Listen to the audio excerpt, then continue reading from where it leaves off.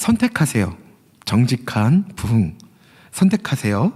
정직한 부흥이라는 말씀으로 하나님의 말씀 증거하겠습니다.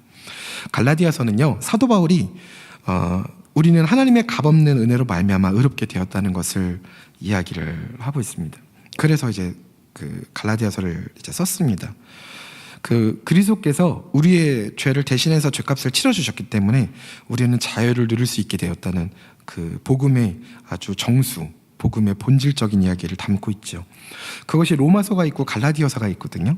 로마서는 이제 복음에 대해서 더 가깝게 이야기한다면, 이제 갈라디아서는 복음을 받은 사람이 어떻게 그리스도의 그 은혜로 말미암아 또 이렇게 살아갈 수 있는가, 그것에 대해서 좀 집중하고 있습니다.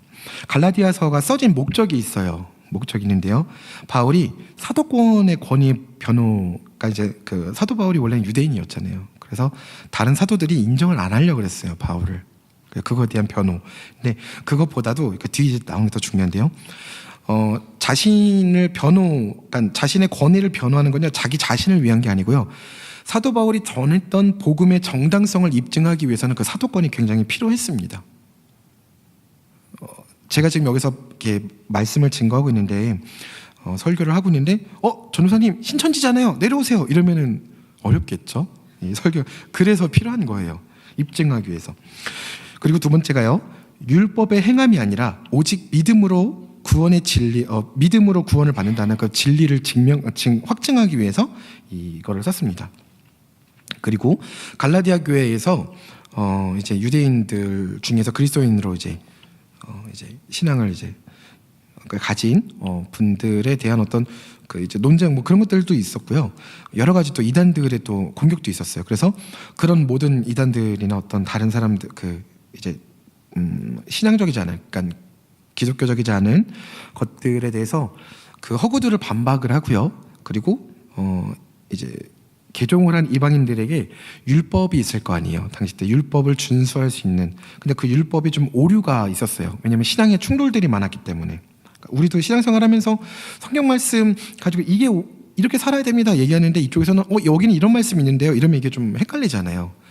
근데 이것보다 좀 더 심각한 문제들이 많이 있었어요. 그래서 그 해결책을 제시를 하기 위해서 갈라디아서를 사도 바울이 썼습니다. 오늘 오늘 이 키워드는요, 이 설교의 키워드는요, 전략적 신앙이에요. 전략적 신앙.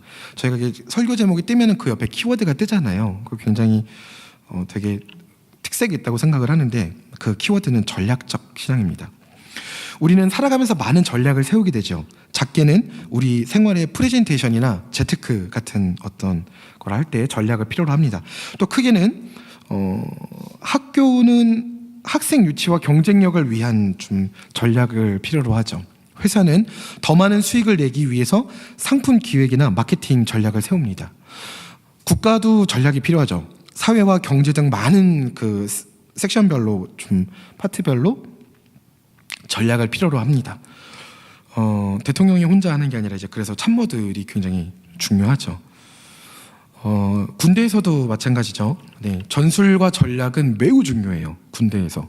그래서 그 맨날 이렇게 화살표표식 이렇게 옮기고 회의 작전을 하고 그러는데, 그 전쟁의 승패를 좌우하는 큰 요소 중에 큰 요소가 되죠, 전략이라는 것이.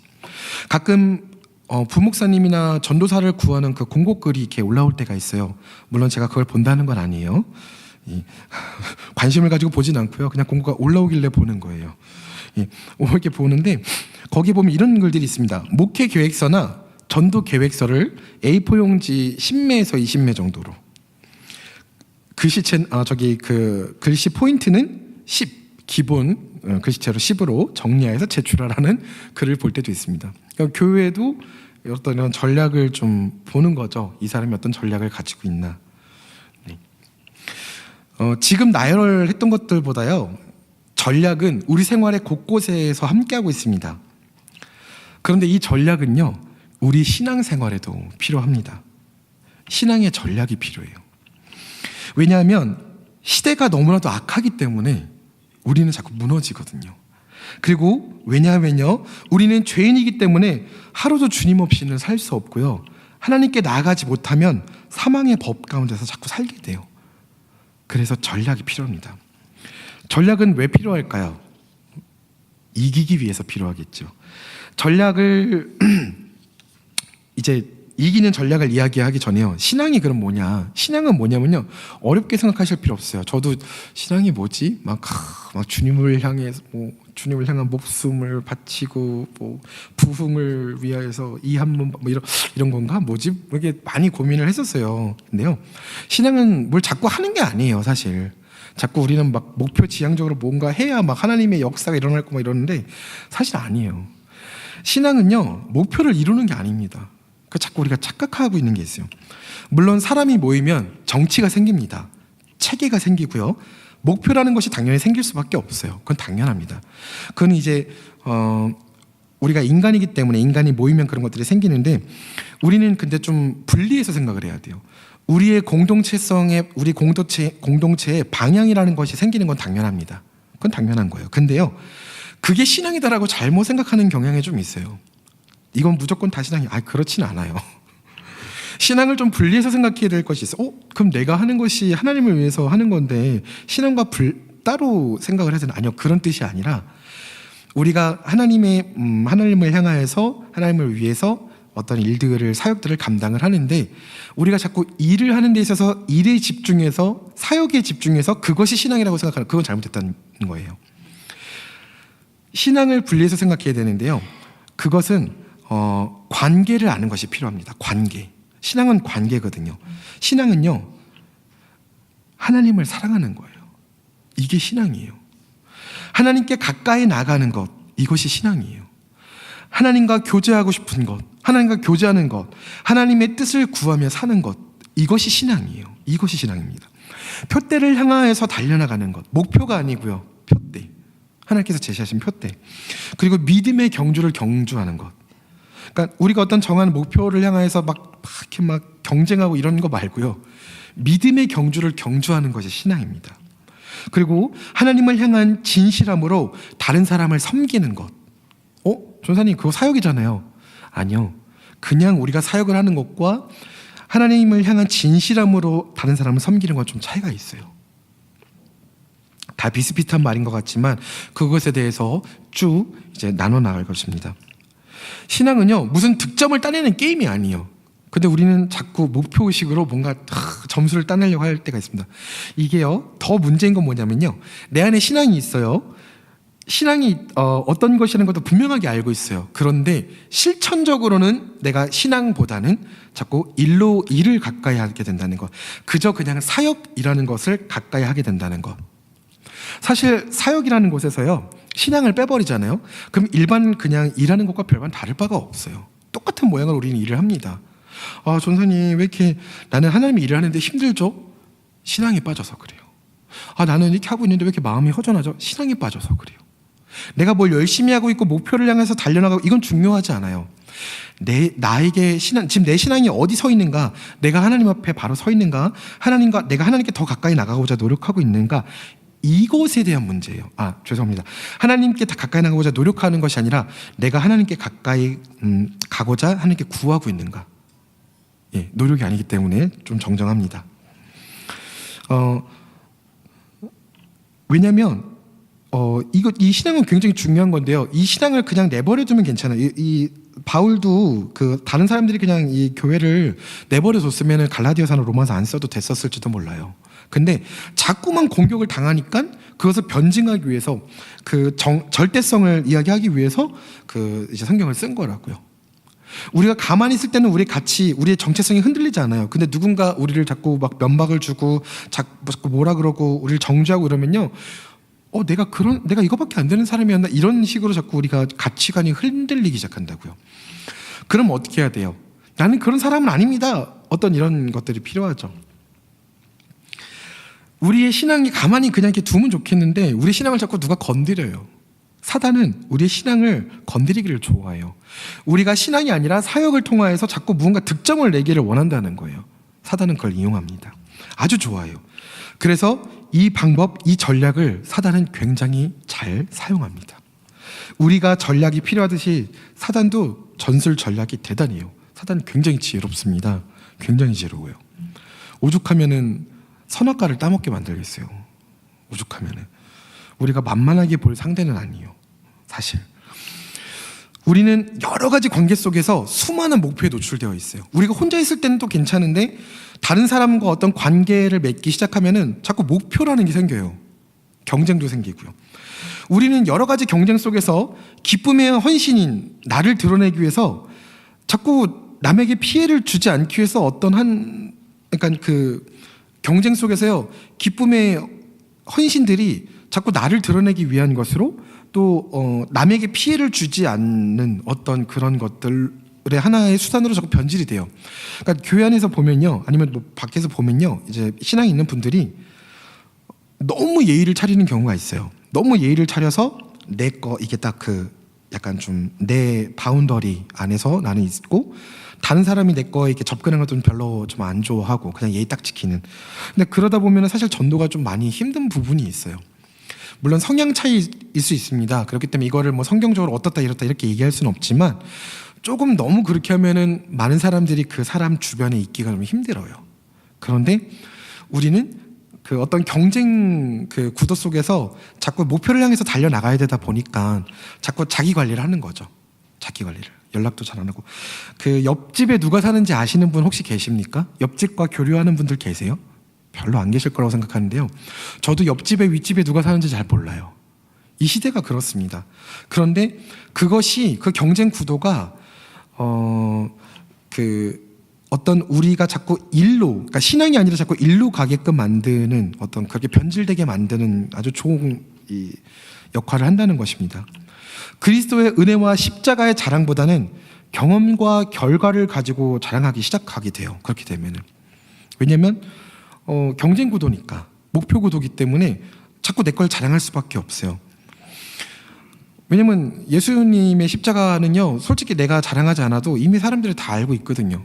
우리 교회 있는 사람들은 이미 다 알고 있어요. 그래서 내가 그걸 자랑하기보다는 내 결과를 자랑하기에 자꾸 힘쓰게 돼요. 왜? 예수님은 이미 거기는 넘사벽이에요. 어떻게 할 수가 없어요. 넘사벽이거든요.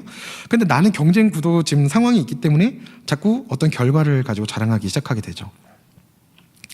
또 예수 그리스도를 증거하기보다는 내가 누군데, 나 이런 사람인데, 나를 인정하라, 나를 따르라, 나를 대우하라, 어떤 이런 것들을 증거하기 시작합니다. 그것도 아주 교묘하게. 그것이 사단의 전략이에요.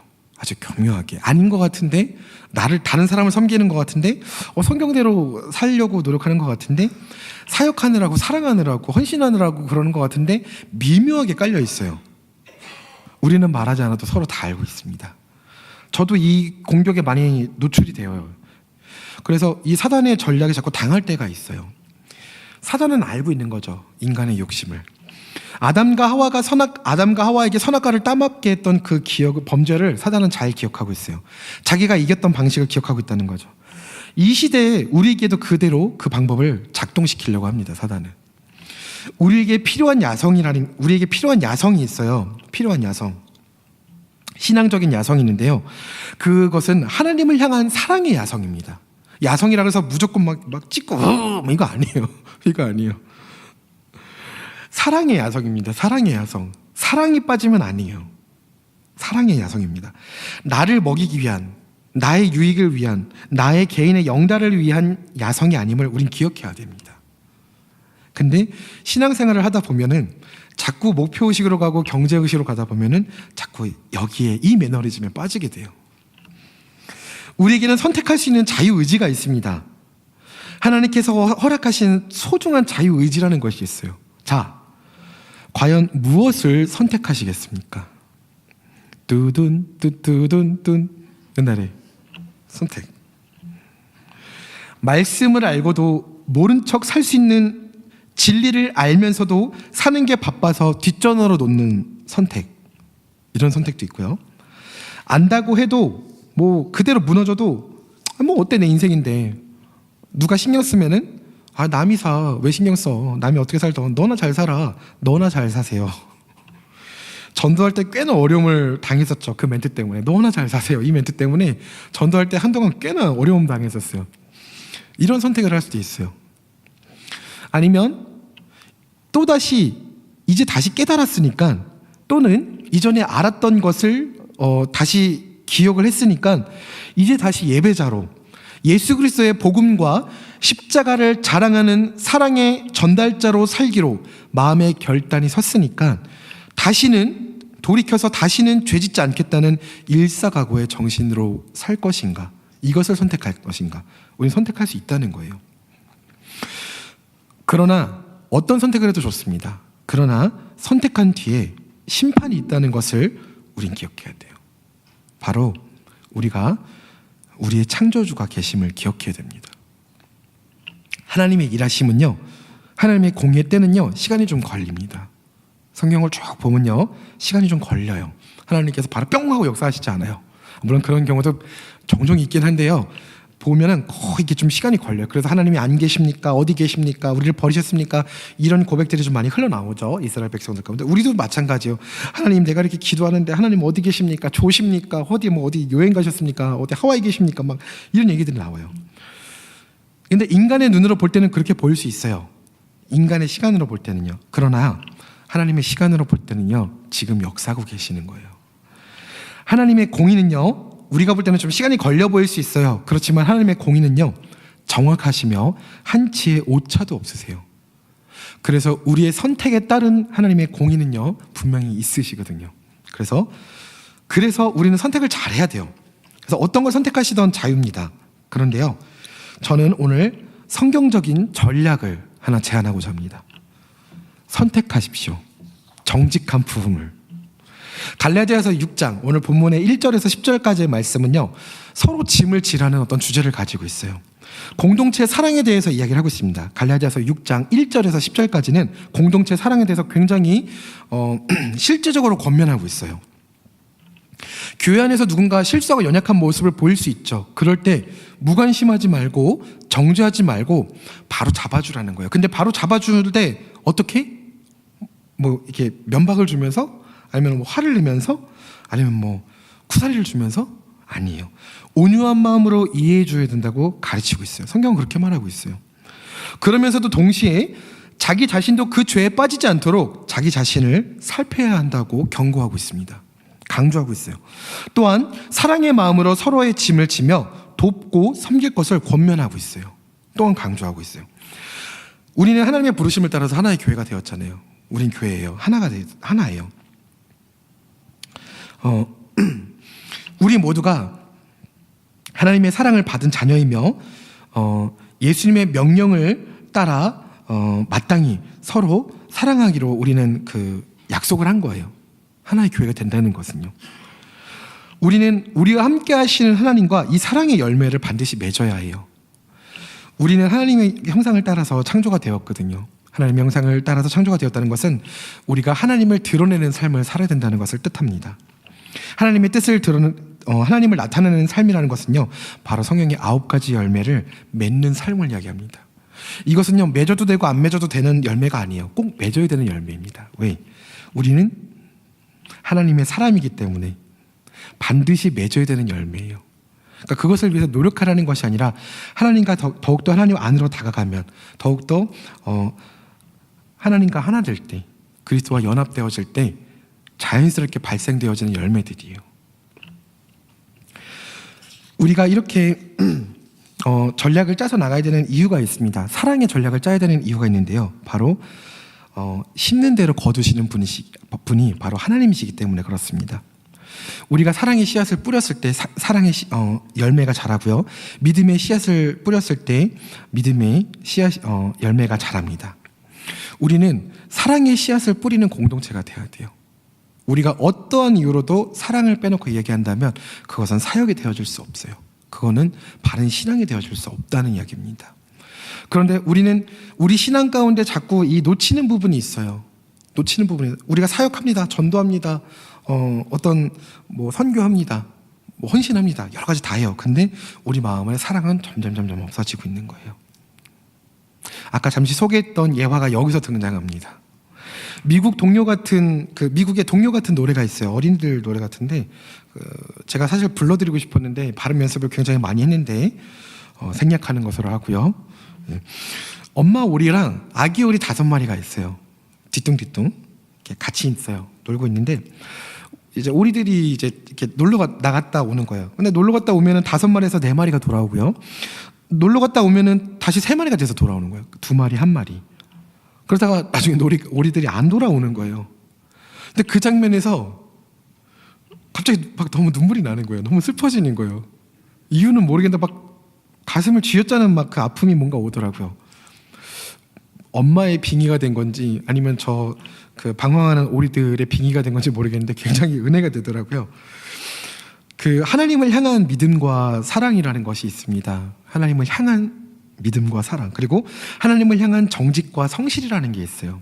좀 실천적으로 사는 것이죠, 이건. 그리고 또 하나님을 향한 이 실천적으로 살았을 때 열매 맺는 삶이라는 것이 있습니다. 근데 그 생각이 들더라고요. 나는 믿음과 사랑, 그리고 정직과 실천, 그리고 실천의 열매가 나는 왜 이렇게 어려울까? 나는 왜 그토록 어려운 것일까? 이런 고뇌가 좀 밀려왔어요. 알면서 하나님을 향해서 나가면 된다는 것을 알면서도 나는 왜 지금 계속 그렇게 살지 못하고 있을까? 교육자로 사역을 하면서도 불구하고 나는 왜 그렇게 살지 못할까라는 고뇌가 너무 밀려왔어요. 그런데 6절에서 이게 이제 5마리니까 1절, 2절, 3절, 4절, 5절, 6절, 7절이네요. 죄송합니다. 7절에서요. 왜냐면 같이 있거든요. 엄마 오리랑 아기들 오리 5마리 같이 있어요. 그 다음에 1마리, 2마리, 3마리, 4마리, 5마리 없어지고요. 6마리, 그러니까 다시 찾아요. 엄마가 이제 이렇게 헤맵니다. 오리들을 찾으러. 근데 연못으로 갔는데 아가 오리들이 5마리 거기서 같이 놀고 있는 거예요. 다 같이. 그래서 막 되게 기뻐합니다. 그게 7절이에요. 그러니까 1절 때 같이 있고요. 1, 2, 3, 4, 그러니까 2, 3, 4. 이렇게 떨어져 1마리씩 없어지다가 7절 그래서 같이 너무 기뻤어요. 그래서 전 이때 외쳤죠. 할렐루야. 외쳤습니다. 이 어미 오리의 마음이 바로 우리가 선택해야 되는 정직한 부흥의 마음이에요.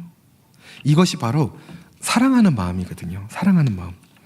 그리스도 예수의 마음이고요. 우리를 사랑하시는 하나님의 마음이고요. 우리 심령 가운데 역사하시는 성령님의 마음입니다. 바로 정직한 영. 이것이에요.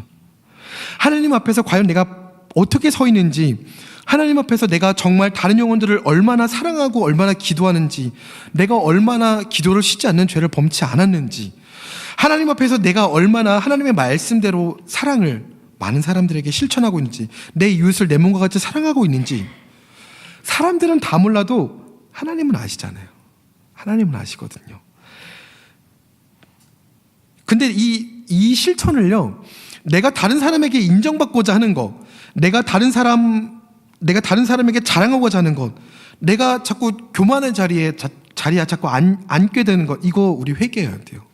하나님, 나를 이 자리에서 건져주세요 라고 우리 용서를 구해야 됩니다. 나의 커리를 위해서, 나의 유익과 만족을 위해서 주님 내가 헌신하고 있어요. 주님, 근데 알면서도 자꾸 이 방향으로 갑니다. 주님, 용서해 주세요. 나 붙잡아 주세요. 하나님, 내가 너무 허전하고 불안한 마음에 내가 무언가 꼭 해야겠어서 내가 사역을 하고 있습니다. 근데 이것이 신앙인지 뭔지 몰라서 무조건 내가 욕심을 내서 일하고 있어요. 주님, 나 붙잡아 주세요 라고 고백해야 됩니다. 하나님께 나가야 돼요. 그렇게 하나님 앞에 가까이 나가기를 소망합니다. 내 안에 진정한 정직한 부흥이 있어야 돼요. 이렇게 이야기하면 오해가 될 수 있죠. 전사님, 그러면 제가 지금까지 했던 모든 사역을 내려놓고 이제는 예배자가 되도록 하겠습니다. 그런 얘기 정말 많이 듣거든요. 그런 뜻이 아니에요.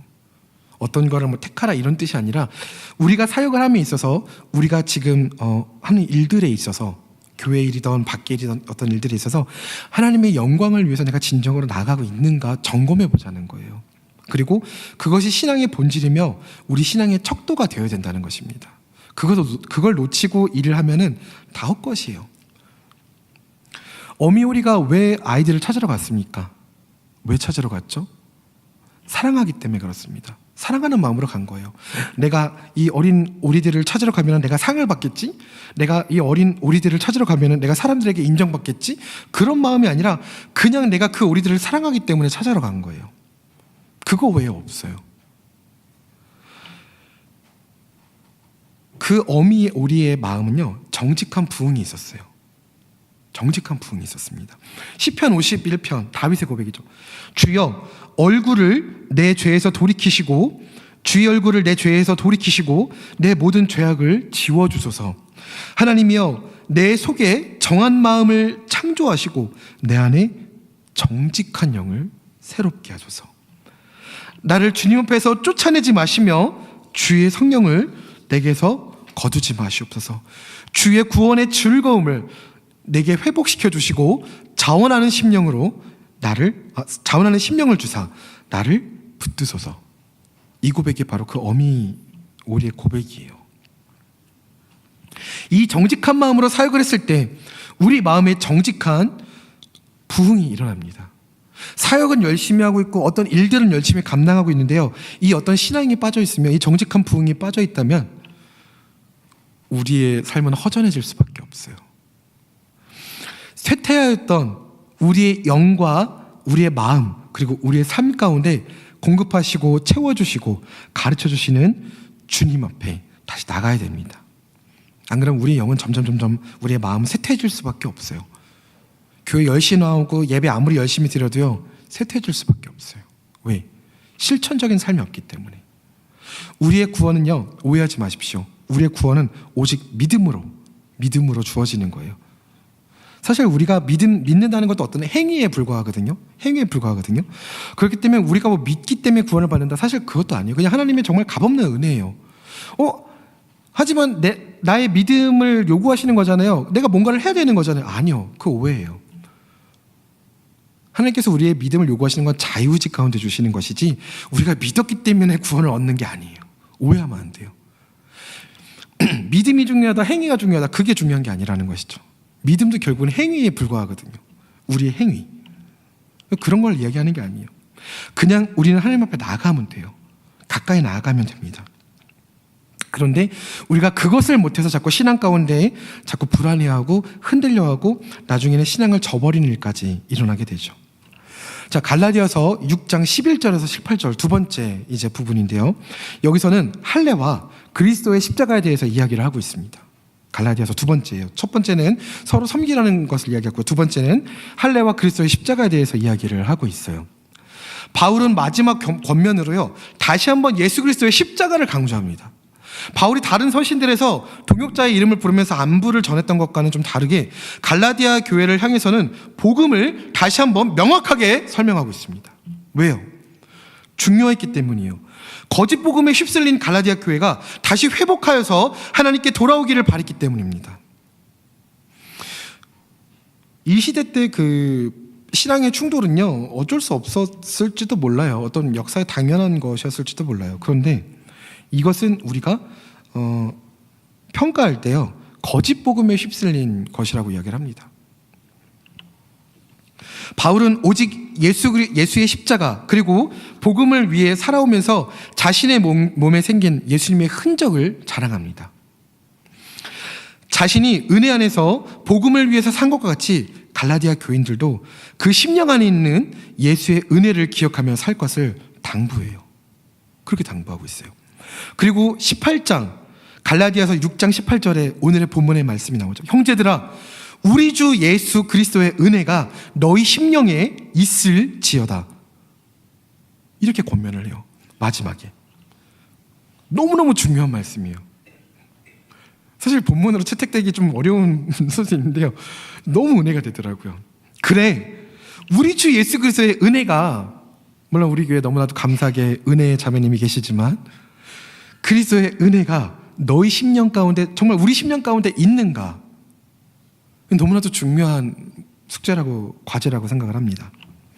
정직한 부흥을 위해서는요, 정직한 부흥을 위한 성경적 전략은요, 우리 심령 가운데, 우리의 영과 마음 가운데 우리 주 예수 그리스도가, 주 예수 그리스도의 은혜가 함께하는 것입니다. 이것은 우리의 방향이어야 되고요, 이것은 우리의 경주가 되어야 합니다. 그리고 이것은 우리가 최선을 다하는 노력이 되어야 해요. 이거 외에 교회 안에서 자꾸 다른 것들을 하려고 하면 안 돼요. 교회 바깥에서도 자꾸 다른 걸 하려고 하면 안 돼요. 우리의 목표하는 것이 자꾸 무언가 다른 것이 있으면 안 돼요. 물론 이제 뭐 공동체 가운데 생겨날 수는 있습니다. 그런데요, 공동체도 결국엔 신앙 때문에 모인 공동체예요. 이것이 변질되면 안 돼요. 우리는 그저 하나님 안에 거하면 됩니다. 근데 내가 하나님 안에 거하면 되는데 내가 무언가를 안에서 내가 뭔가 노력을 못해서 하나님 안에 거하지 못한다고 생각하는 경우가 너무나도 많아요. 아닙니다. 이것은요, 하나님 안에 거하는 것은요, 굉장히 단순해 보이지만 엄청난 전략이에요. 이것은 우리에게 승리를 가져다가 줄 것입니다. 이것 때문에 쓰러지는 일들이 너무 많아요. 이것 때문에 힘들 때 있거든요. 우리 경험하잖아요. 이 문제로 몇 날 며칠을 아파할 때도 있습니다. 심지어는 저는 예전에 그런 생각도 했어요. 이 문제가 해결이 안 돼서 나는 사단의 자식인가? 난 버림받았나? 이런 생각도 정말 수없이 했었어요. 특히 청소년 때 정말 죽도록 아파했어요. 이 문제 때문에. 왜?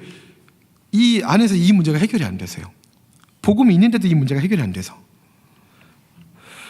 또 우리 주변에요, 이것 때문에 힘들어하고 괴로워하고 고통스러워하고 결국에는 하나님을 부인하고 하나님을 외면하고 이렇게 사는 사람들이 얼마나 많은지 몰라요. 넌 크리스찬들을 만나서 물어보면요, 교회 다녔었대요. 근데 이런 문제들 때문에 교회 뭐 다른 일들로 핑계를 대요. 뭐 사람 때문에 나왔고 뭐 때문에 나왔고 뭐 헌금 많이 뭐 여러 가지 핑계를 대는데 그 이야기를 가만히 이렇게 살펴보면은 결국엔 이 문제로 도달하게 돼요. 얼마나 힘들어하는 사람들이 많이 있는지 모릅니다. 하나님을 향한 그 정직한 부응이 먼저예요.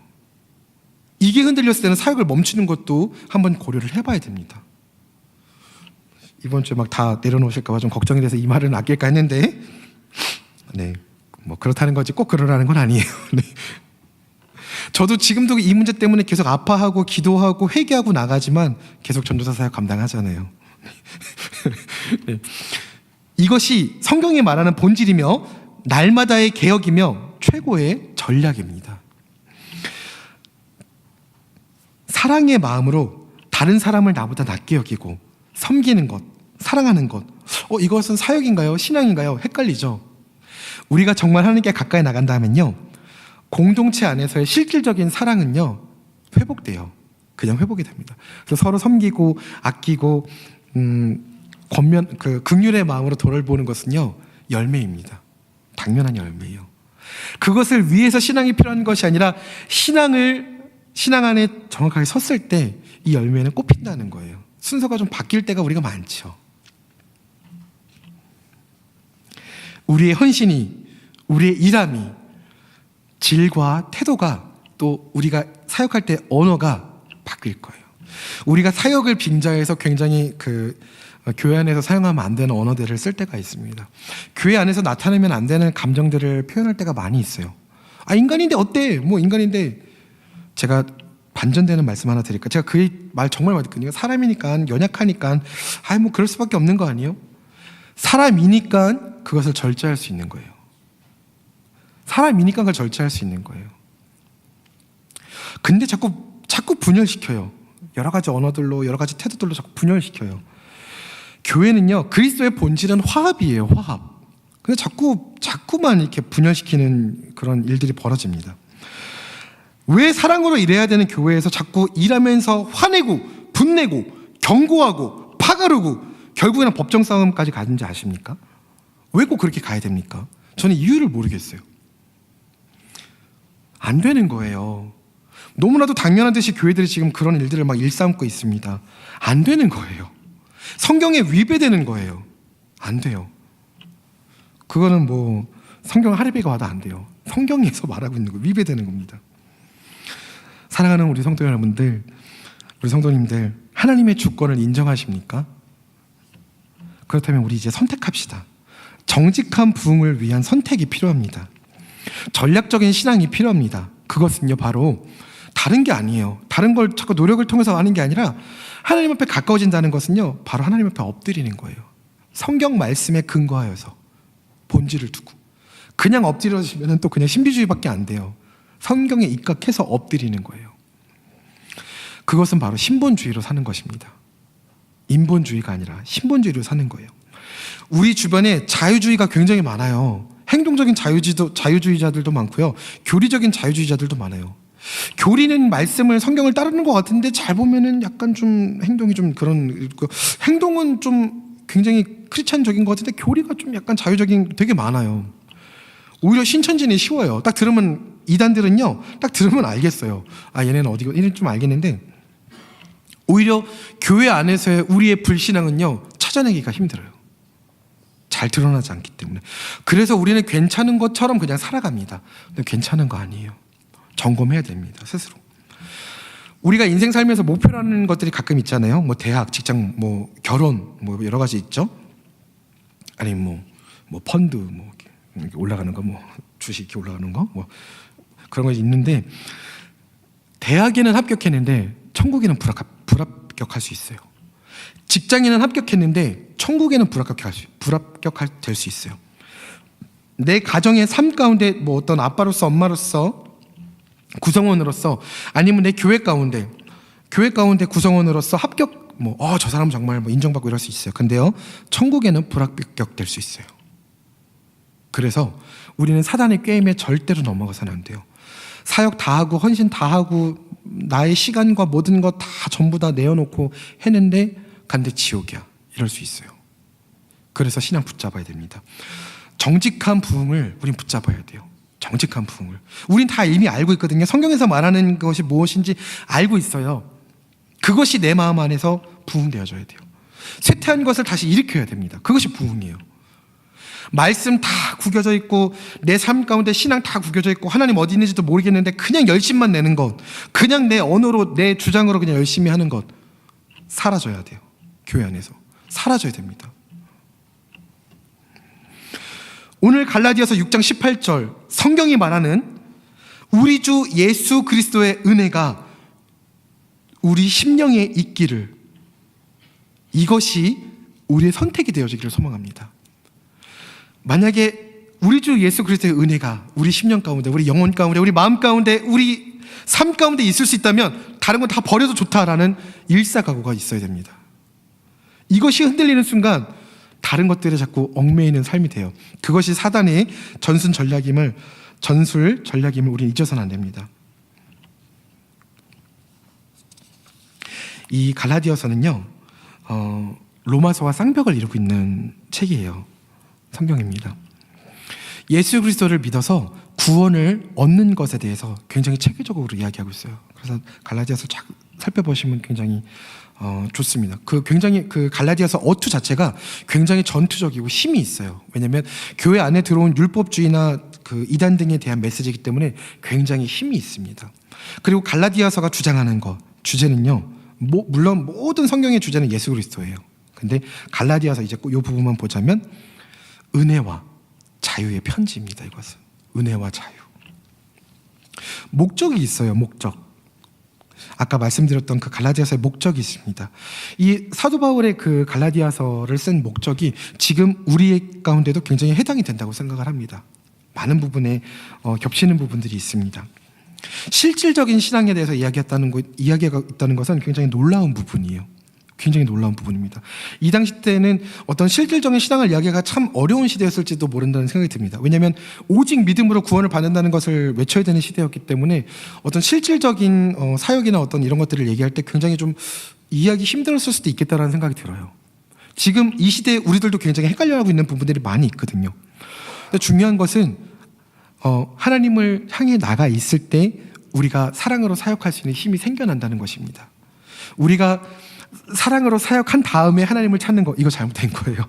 그 순서 그러면 안 돼요.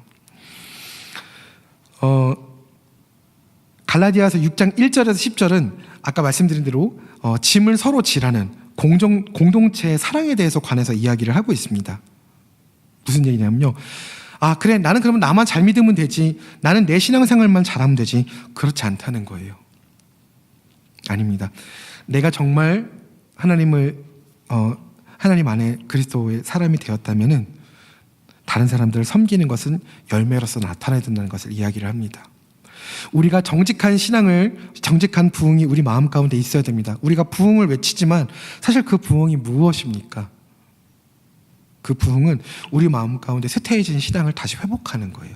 정말 진정한 부흥입니다. 그리고 또한 그 부흥의 연결선으로 우리는 정말 많은 사람들이 주님께 돌아오는 그 부흥을 맛봐야 돼요. 고기도 먹는 사람이 먹는다고요. 그 부흥을 맛봤을 때 이것이 하나님의 역사구나. 다시 한번 우리가 아무리 신앙이 있어도요.